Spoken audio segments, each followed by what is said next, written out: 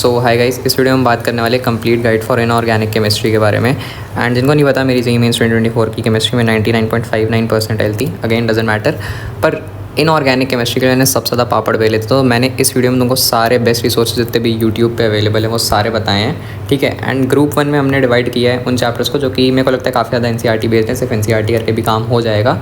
उसमें आता है तुम्हारा periodic table, DF block, P block and salt analysis. Group 2 में तुम्हारे, मेरे को ऐसा लगता है ये चैप्टर्स में थोड़ी सी एनसीईआरटी से ऊपर की अंडरस्टैंडिंग चाहिए होती है, that is chemical bonding and coordination compounds. So start करते हैं हम पीरियोडिक टेबल के साथ या फिर पीरियोडिक प्रॉपर्टीज़ ऑफ एलिमेंट्स। अगर तुमने आज तक कभी भी पीरियोडिक टेबल नहीं पढ़ी है, मतलब तुमको बिल्कुल भी नहीं, बेसिक ट्रेंड्स भी नहीं आते, तो तुम इसके लिए वाली वीडियो देख सकते हो ओम पांडे सर की। गॉड ऑफ आईओसी क्यों लिखा है वो तुमको आगे पता चल जाएगा, ठीक है।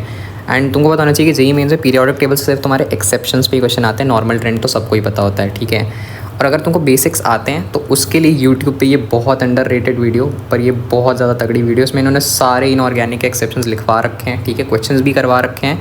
तो इसको तुमको सारे एक्सेप्शंस को एक पेज पे नोट डाउन करना है और बार बार उसको रिवाइज़ करते रहना, तब तुम्हारे दिमाग में बैठ जाएंगे और पीरियोडिक टेबल में इससे बाहर कोई भी क्वेश्चन नहीं आएगा, इसकी गारंटी मैं लेता हूँ। मैंने इसी को नोट करके बार बार रिवाइज़ किया था, मेरा सारा काम हो गया। मेरे को PYQs भी लगाने की ज़रूरत नहीं पड़ी थी, क्योंकि इसमें सिर्फ एक्सेप्शंस ही आते हैं और वो तुम्हारी सारी वीडियो में कवर्ड हैं, ठीक है।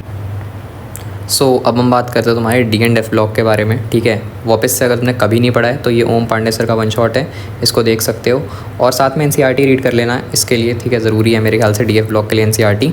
और क्वेश्चन प्रैक्टिस के लिए भी ओम पांडे सर की एक वीडियो है PYQs वाली, इसको देख लेना है, इसको नोट कर लेना है इसके PYQs। ऑब्वियसली इनऑर्गेनिक में PYQs बार बार वही रिपीट होते हैं। एनसीईआरटी की बैक एक्सरसाइज कर लेना, बहुत ज़्यादा नीडेड नहीं है, बट कर लोगे तो सही रहेगा, कंप्लीशन हो जाएगा तुम्हारा।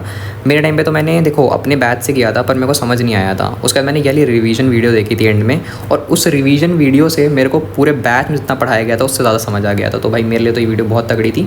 खैर तुम पूरा वन शॉट ही देख लो, मेरे पास उतना टाइम नहीं था, जेईई मेंस आने वाला था मेरा एक आध महीने में, तो मैंने ये वाली वीडियो देखी थी और ये वीडियो बहुत तगड़ी थी।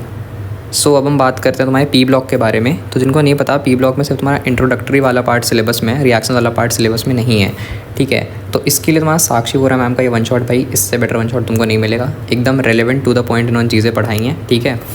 फ़ायदा क्या है इसका कि इसमें एनसीईआरटी लाइन बाय लाइन तुम्हारी कवर करवाई है मैम ने, और इसका PDF है, तो जाके डाउनलोड करो, खुद से उसको मल्टीपल बार रिवाइज़ करो, इंपॉर्टेंट चीज़ें हाईलाइट करो।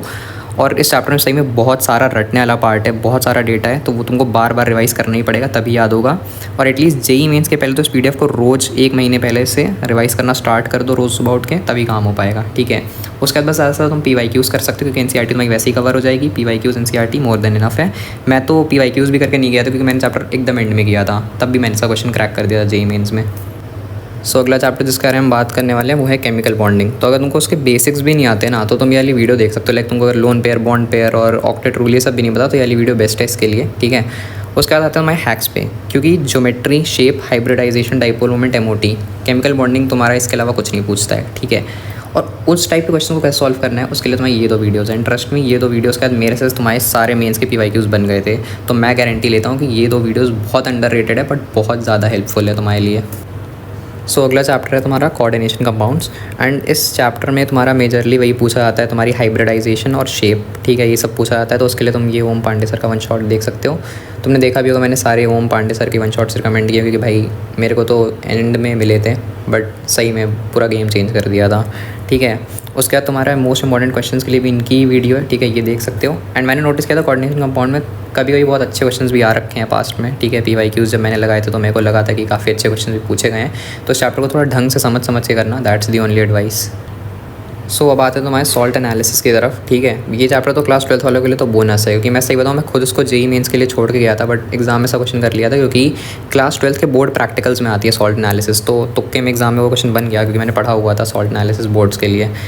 और अगर तुम पढ़ना चाहते हो तो ये वीडियो है सिंपली कंसाइज की वाली वीडियो, जाके देख सकते हो, ठीक है।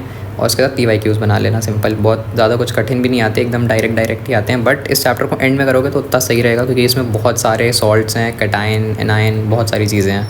बाकी पिछले 2 साल में जितने मेरे को रिसोर्सेज मिले बेस्ट यूट्यूब पे, वो सारे मैंने तुमको मोस्ट प्रोबेबली बता दिए इस वीडियो में, ठीक है।